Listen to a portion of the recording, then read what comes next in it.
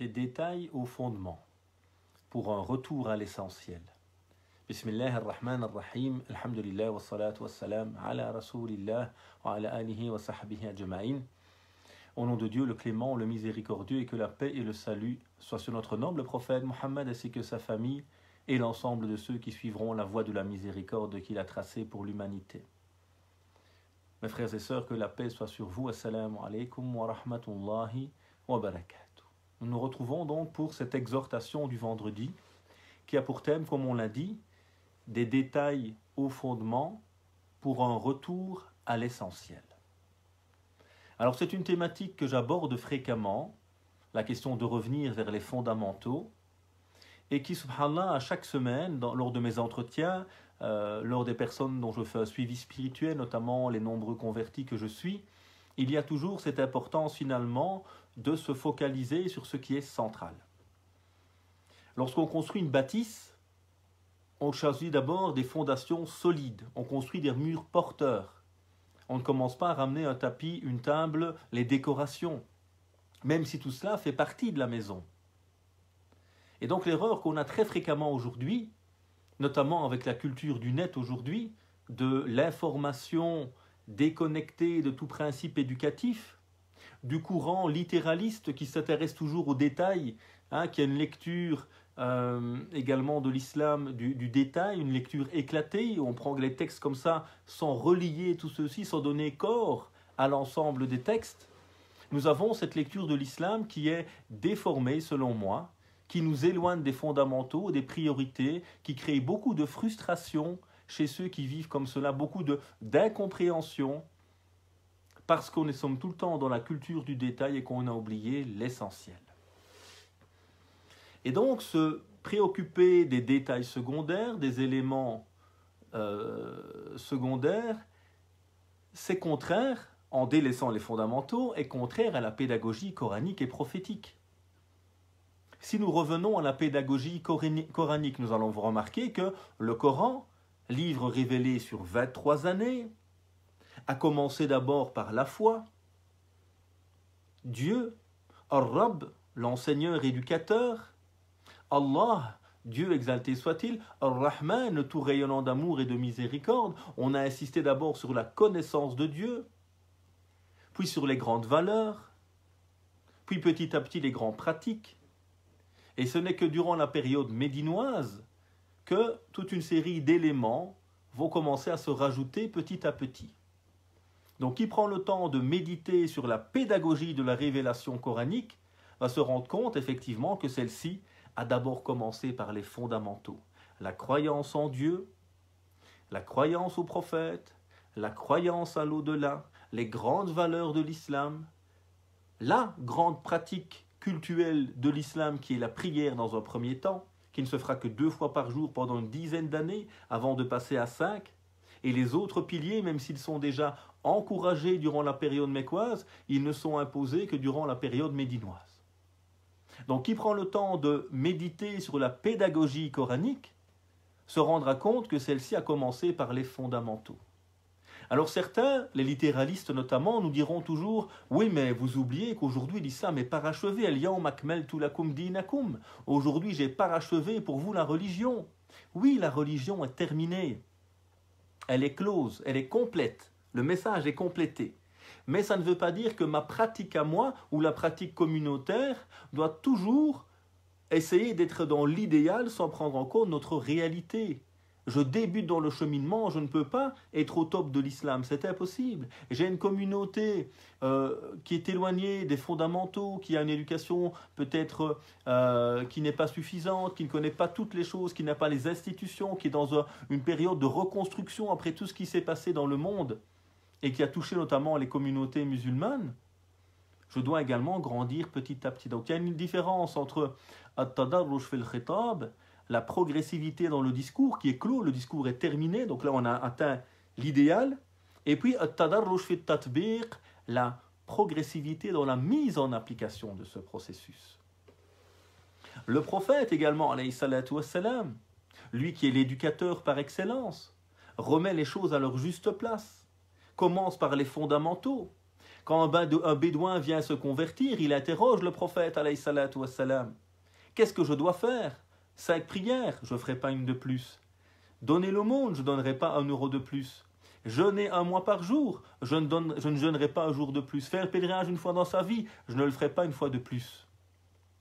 Et donc, nous voyons ici que le prophète, alayhi salatu wassalam, lui donne l'essentiel. Et que cet homme qui est débutant, qui ne comprend pas encore toutes les sagesses, lui dit, je vais me limiter vraiment à l'essentiel. Au point où les compagnons ont l'impression que cet homme n'est peut-être pas sincère ou honnête. Et pourtant, le prophète dira, aflaha in sadaq. Il a réussi s'il est sincère. Pourquoi est-ce qu'il s'intéresse d'abord quoi? À l'essentiel. Commencer par les fondamentaux, par l'essentiel. Donc la pédagogie coranique d'abord, c'est quoi? Commencer par l'essentiel. La pédagogie prophétique d'abord, c'est quoi? Commencer par l'essentiel. Et lui-même le rappelle. Inna Allah la yanzuru ila ajsamikum wa la ila suwarikum, walakin yanzuru ila qulubikum wa a'malikum. Il rappelle à nouveau l'essentiel. Dieu ne regarde ni vos corps, ni vos apparences, mais il regarde vos cœurs et vos œuvres.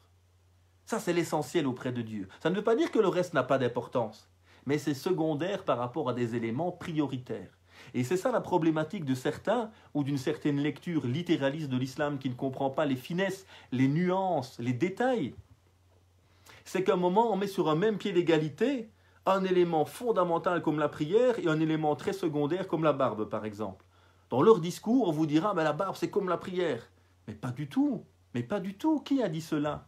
Où est la barbe dans le Coran? Nulle part elle n'est mentionnée. Comment peut-on comparer un pilier de l'islam central tel que la prière avec un acte recommandé pour certains, certes obligatoire pour d'autres, mais simplement recommandé pour certains ou même permise tout simplement pour d'autres? Comment comparer donc un pilier de l'islam central avec un simple acte recommandé? Donc, quitter les détails pour revenir à l'essentiel, construire une bâtisse sur ses fondements, se rappeler que la pédagogie coranique et la pédagogie prophétique, c'est d'abord s'occuper de l'essentiel. Et c'est pourquoi on rapporte de Abu Bakr as-Siddiq.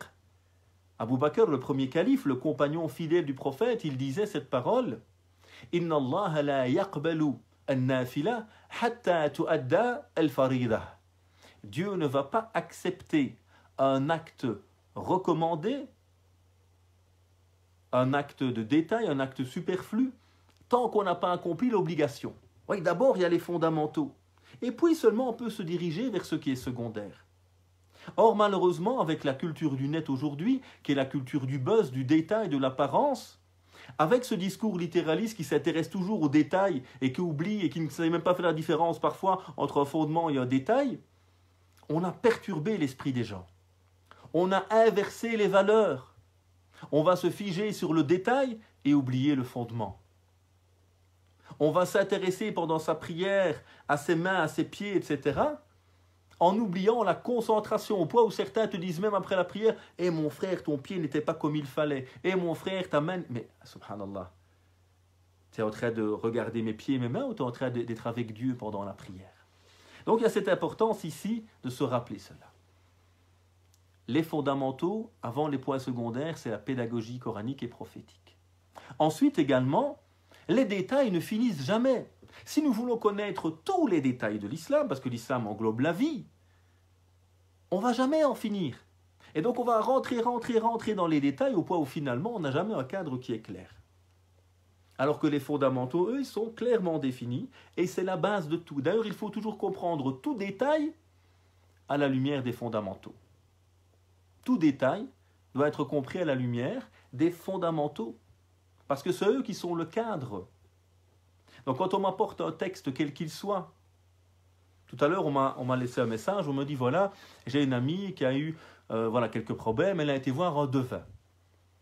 Et donc il y a un hadith qui dirait celui qui va voir un devin, il a mécru en le message de Mohammed, etc. Est-ce qu'elle a quitté l'islam? À nouveau, revenons aux fondamentaux. Les fondamentaux nous rappellent que ce qui nous fait entrer dans l'islam, c'est la ilaha illallah Muhammad Rasulullah. Ce qui me fait rentrer en islam, c'est cette attestation de foi. Alors oui, cet acte en lui-même est un acte qui en lui-même n'est pas conforme à l'islam parce que personne ne connaît l'invisible, personne ne connaît l'avenir, si ce n'est Dieu, évidemment. Donc c'est une erreur dogmatique d'aller chez cette personne. C'est un péché, certes, de le faire, mais ça ne fait pas que j'ai quitté l'islam. Il ne faut pas comprendre l'islam à travers un seul détail, un seul texte, mais à travers le cadre général qui est celui du message. Et donc c'est quelque chose de central et de fondamental pour bien comprendre l'ensemble du message, les fondamentaux dans un premier temps, et puis les éléments secondaires par la suite. Ensuite, l'obligation est la base qui va être renforcée par les recommandations. Mais l'erreur lorsqu'on inverse les principes, c'est qu'on va s'occuper toujours des recommandations, des points de détail, au détriment parfois des fondamentaux. Et là, il n'y a plus un établissement solide. On est en train de construire une pratique religieuse qui n'est pas stable, qui n'est pas fondée sur l'essentiel. Et on risque donc de s'écrouler à la première tempête. Donc, dans le hadith Qudsi, Dieu nous rappelle, donc c'est le prophète qui nous dit que Dieu a dit « Mon serviteur ne s'approche pas de moi par une chose plus aimée, si ce n'est les actes obligatoires. » Ensuite, il ne cesse de se rapprocher de moi par une chose plus aimée, si ce n'est par les actes surérogatoires, jusqu'à ce que je l'aime. Hatta uhibbah. Jusqu'à ce que je l'aime. Donc d'abord, il a dit, les obligations, c'est la base. On se construit. Et puis on ne cesse de se rapprocher grâce à d'autres actes qu'on ajoute par après, jusqu'à ce que nous atteignions l'amour de Dieu. Mais il y a d'abord les bases, d'abord les fondamentaux. Donc la pédagogie coranique et prophétique, c'est d'abord les bases, et puis les actes recommandés. Je me rappellerai toujours de ce jeune de la communauté turque qui me disait « Moi, je n'aime pas la prière du soir. » Et je m'étonne, pourquoi tu n'aimes pas la prière du soir? Elle est trop longue. Je dis, elle fait juste 4 cycles. Il dit, non, chez nous, elle fait 2 cycles avant, 4 cycles, 4 après, 2, etc. Bref, on avait 13, je pense, cycles en tout, puisque les prières recommandées, c'est comme s'ils étaient quasiment obligatoires. Et donc, pour un jeune qui déjà, s'il fait 5 prières, c'est magnifique, on le surcharge de recommandations, de détails, au point où finalement, il a envie de délaisser l'obligation elle-même. Vous voyez toute la problématique à un moment, quand on inverse les valeurs, quand on inverse les choses. On va voir des jeunes aujourd'hui qui sont spécialistes dans les questions liées à la barbe, à la gélatine, à je ne sais pas quoi, mais qui sont incapables de discourir sur Dieu. Ils ne connaissent pas la vie du prophète, alayhi salatu wassalam, mais peuvent vous dire ça c'est haram et ça c'est haram. Malheureusement, on est en train de déboussoler les jeunes, de désorienter les jeunes. Et c'est clair que la culture, évidemment, du buzz, du détail, elle est à la mode aujourd'hui.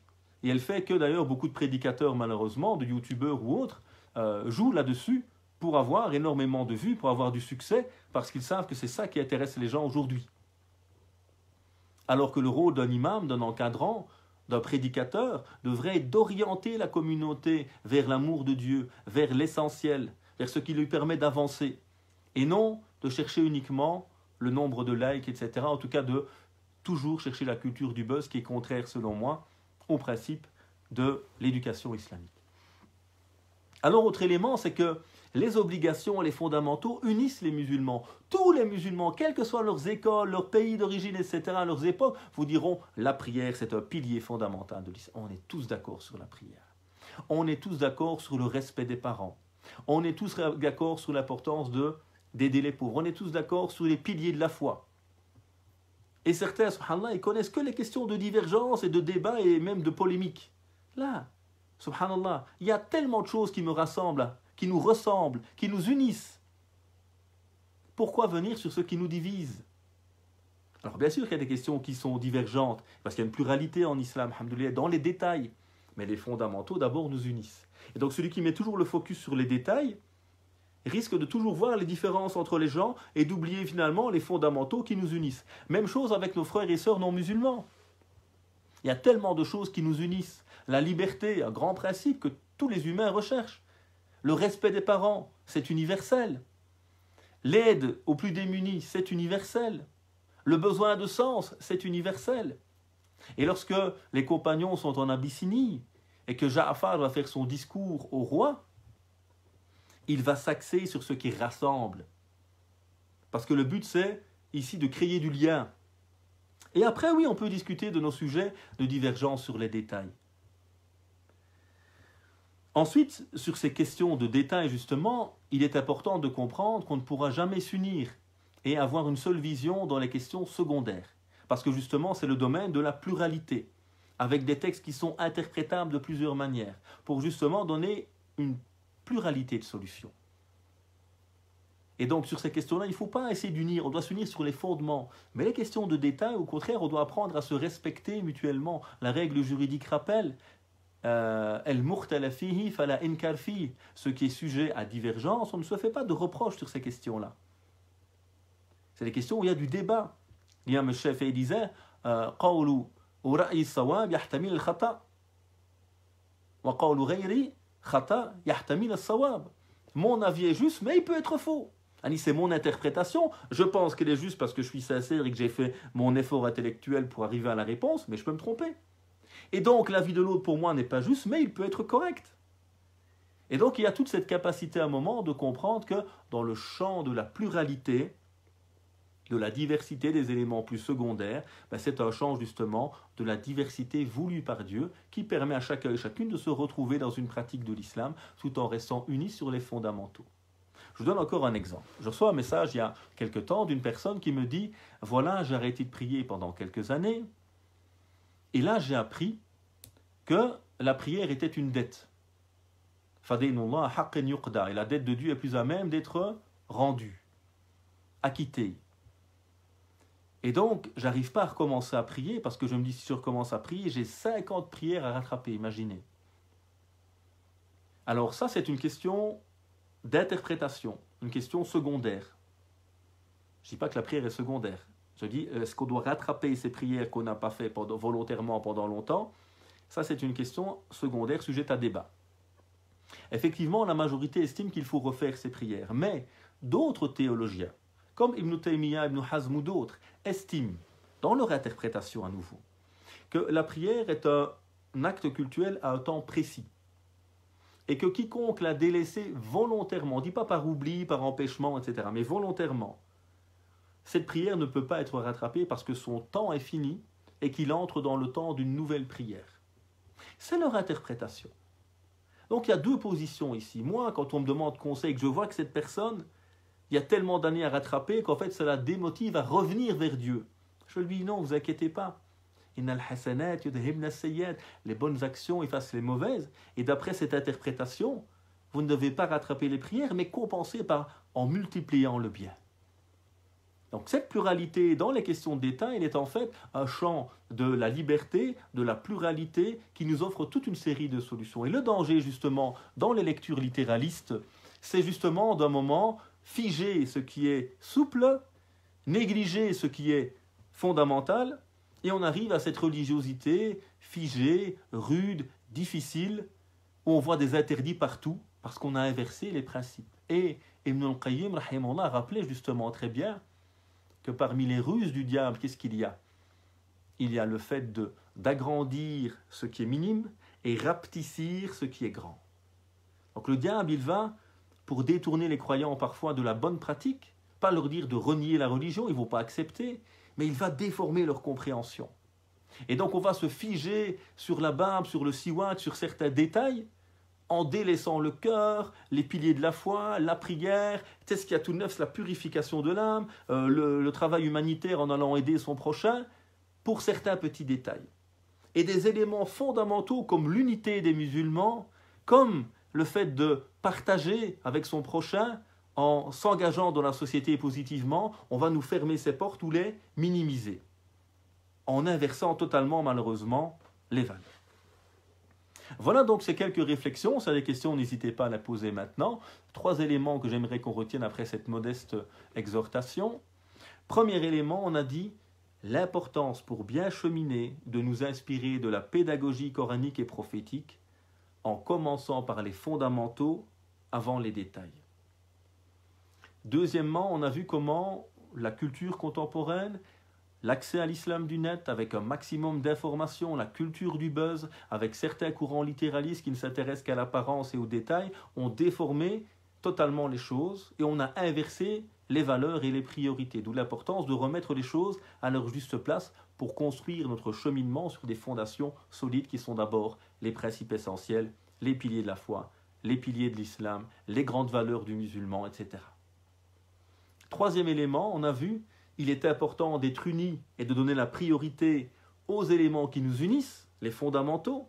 On est tous ensemble, on croit tous en Dieu, on croit tous au prophète, on aime tous le Coran, on aime tous le messager alayhi salatu wassalam, on aime tous nos parents, on aime tous le bien. Eh bien, rassemblons-nous sur tout ça. C'est l'essentiel. Et puis, sur les questions de pluralité, de diversité, soyons dans la tolérance, mieux dans la reconnaissance de cette légitime pluralité qui a toujours existé chez les musulmans. Dès que le prophète n'était pas là, les compagnons avaient des avis différents parce qu'il n'y avait plus l'autorité pour nous dire la réponse à travers la révélation.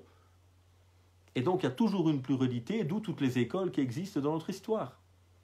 Et donc, revenons à ces éléments essentiels pour mieux cheminer. Donc, s'il y a des questions, n'hésitez pas à les poser maintenant. Oh notre Seigneur, toi qui es l'omniscient et Alim, accorde-nous un savoir utile qui nous rapproche de toi. Oh notre Seigneur, toi qui es le Créateur, El Khaliq, toi qui nous as créés, permets-nous d'être plus proches de ta création, de rester fidèles à notre nature, notre fitra. Oh notre Seigneur, toi qui es le tout rayonnant d'amour et de miséricorde, Ar-Rahman, Ar-Rahim, comble-nous de ta miséricorde et de ton amour et permets-nous de faire rayonner ceci autour de nous. Oh notre Seigneur, toi qui fais tourner les cœurs, affermis nos cœurs sur la foi. Oh notre Seigneur, nous te demandons ton amour et l'amour de ceux que tu aimes et le chemin qui nous mène à ton amour. Oh notre Seigneur, nous avons été injustes envers nous-mêmes. Et si tu ne nous pardonnes pas et ne nous fais pas miséricorde, nous serons certes parmi les perdants. Oh notre Seigneur, accorde-nous belle part ici-bas et belle part dans l'au-delà, et préserve-nous du châtiment. Oh notre Seigneur, accorde-nous à nos épouses et à notre descendance la joie des yeux, et fais de nous un guide pour les pieux. Oh notre Seigneur, guéris les malades, éloigne de nous cette pandémie, fais miséricorde à ceux qui nous ont quittés, viens en aide à tous les opprimés sur cette terre. Et la louange est à toi, Seigneur de l'univers. Subhana rabbika rabbil izzati amma yasifun wa salamun al mursalin walhamdulillahi rabbil alamin. Donc on analyse rapidement est-ce qu'il y a des questions ou pas, sinon on en reste là, Inch'Allah ta'ala. Que pensez-vous de la hijama? Alors, la hijama, c'est une technique traditionnelle qui existe depuis très longtemps, bien avant l'islam d'ailleurs. Donc le Coran n'a pas parlé de la hijama, le prophète sallallahu alayhi wa sallam l'a appliqué parce qu'elle existait là auparavant, c'est pas lui qui a reçu une révélation pour utiliser celle-ci.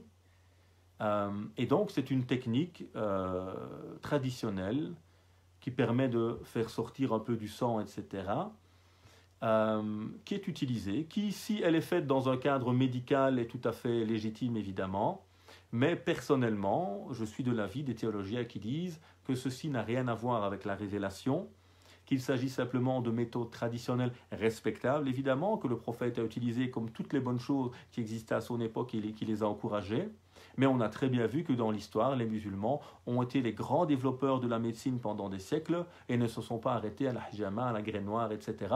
Et lorsqu'il y a des hadiths parfois qui parlent des mérites de ces choses, il faut les comprendre à la lumière de l'époque et du fait que c'était des éléments utiles pour le bien-être des gens, sans aller plus loin que cela, selon moi. Wallahu a'lam.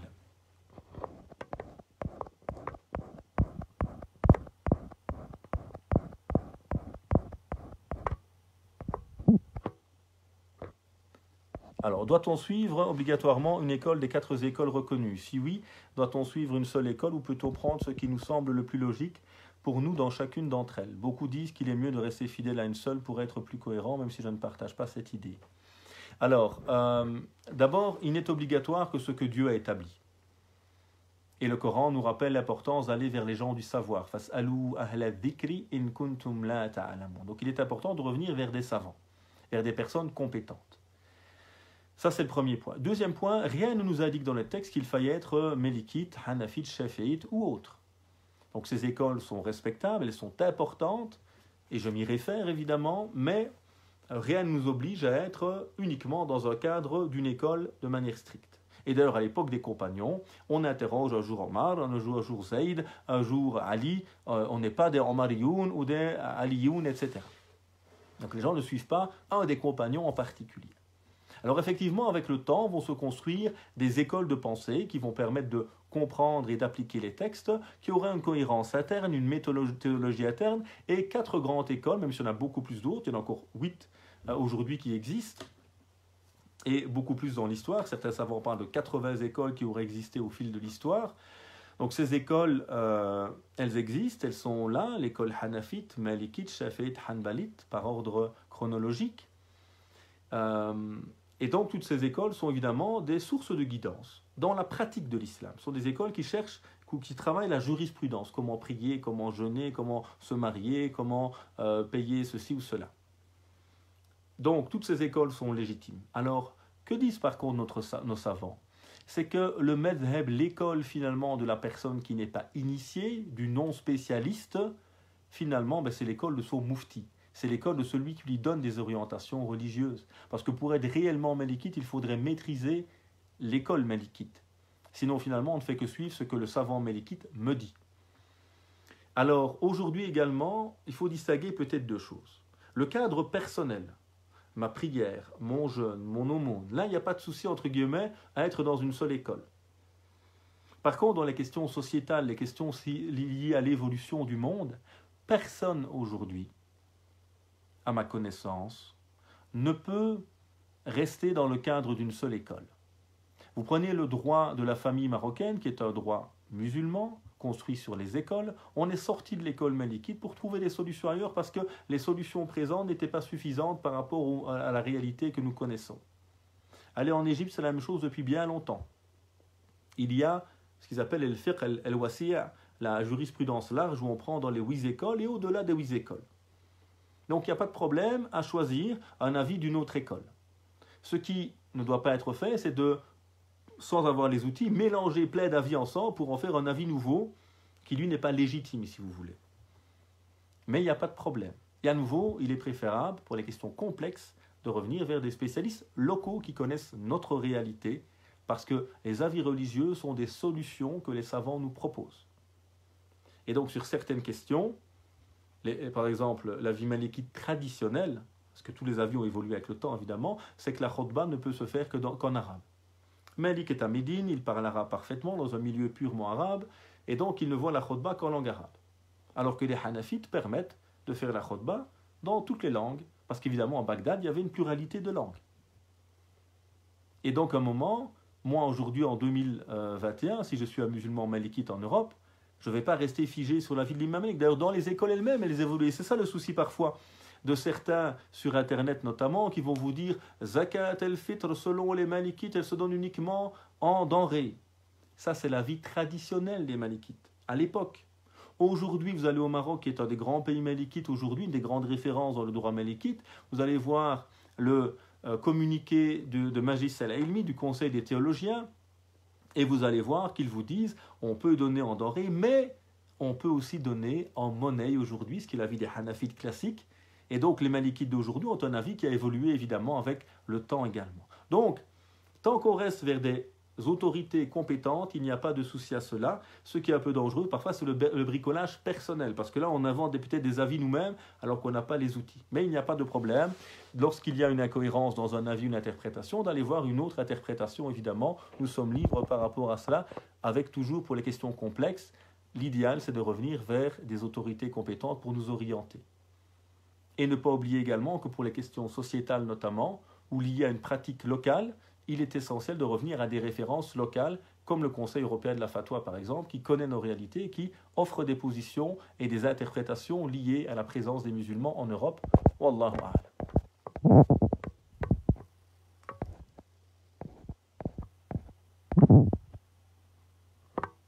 Comment savoir si on a été patient face à une dure épreuve? En s'interrogeant soi-même, en voyant comment on a réagi. C'est pas toujours facile, évidemment, les épreuves sont difficiles.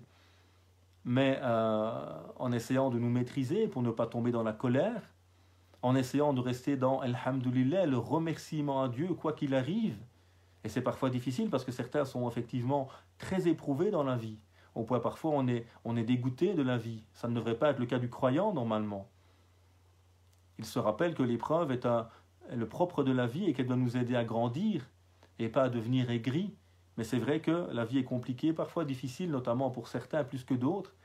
Et donc c'est toujours s'en remettre à Dieu, comprendre que l'épreuve est un moyen de purification, de grandir. Et comment savoir si je le suis? C'est en voyant si je reste persévérant dans ma foi, dans ma proximité à Dieu, dans mon optimisme par rapport à tout ce qui m'arrive et me touche. Wallahu a'lam. Voilà donc ces quelques éléments que j'ai voulu partager avec vous aujourd'hui, ces quelques questions qui ont été posées. Que Dieu vous bénisse encore. Bonjour-moi sous la miséricorde divine. Que Dieu agrée nos œuvres et nos prières. Et à très bientôt, Inch'Allah Ta'ala. Assalamu alaikum wa rahmatullahi wa barakatuh.